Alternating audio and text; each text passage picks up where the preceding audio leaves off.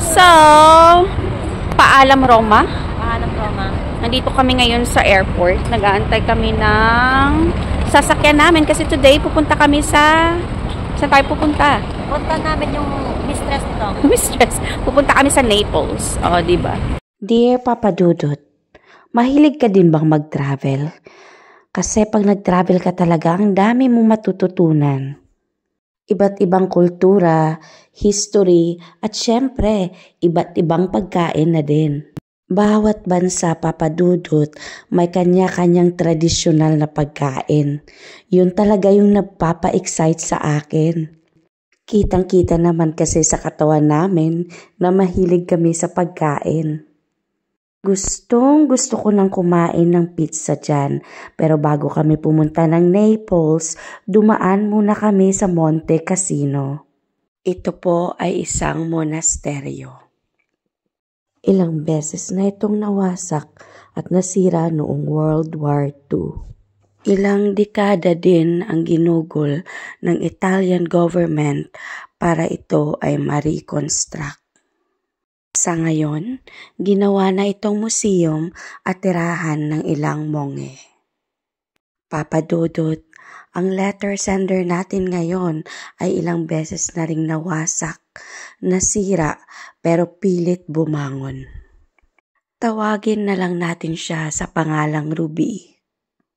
Si Ruby, may pinag-aralan, matalino, ngunit pagdating sa pag-ibig, napakabobo.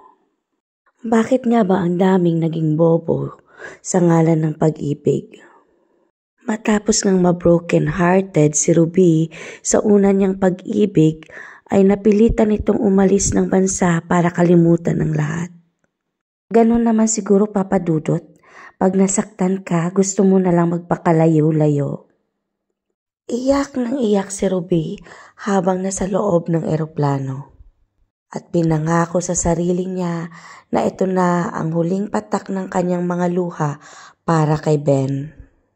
Si Ben, karelasyon ni Ruby ng 10 taon. First love, first kiss, first in everything. Isang linggo na lang sana bago ang kasal ni na Ben at Ruby. Pero si Ruby nakatanggap ng isang mensahe galing sa isang babae. Buntis daw ito at si Ben ang ama.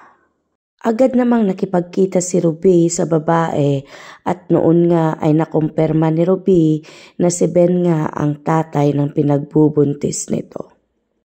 At tuluyan na ngang nakipaghiwalay si Ruby kay Ben at ng ibang bansa. Masaya naman si Ruby sa bago niyang environment sa abroad. Marami siyang naging kaibigan at isa na doon ang kanilang poging doktor. Matangkad, maputi, kaso nga lang ibang lahi. Love at first sight, yun ang naramdaman ni Ruby. Hanggang sa nagkaroon na nga sila ng lihim na relasyon, Papa Dudut. Bawal kasing makipagrelasyon sa katrabaho mo at medyo stricto din sa Middle East. Umabot na nga ng 2 taon ang kanilang relasyon hanggang sa napansin ni Ruby na nag-iba na si Dr. Pogi. Nausap niya ito kung may problema ba sa kanila. At sinabi ni Dr. Pogi na gusto niya nang makipaghiwalay. Pakasalan mo ako, lilipat ako ng trabaho at magsama na tayo. Mahal na mahal kita, yun ang tugon ni Ruby. Ruby, alam mo naman na sa simula pa lang, hindi na tayo pwede. Engaged na ako at itatakwil ako ng parents ko. Alam mo ang relihiyon at tradisyon namin, sana maunawaan mo ako. Papa Dudut, sa pangalawang beses, nadurog ulit ang puso ni Ruby. After ngang matapos ang kanyang kontrata, Papa Dudut, ay lumipad papuntang Canada si Ruby.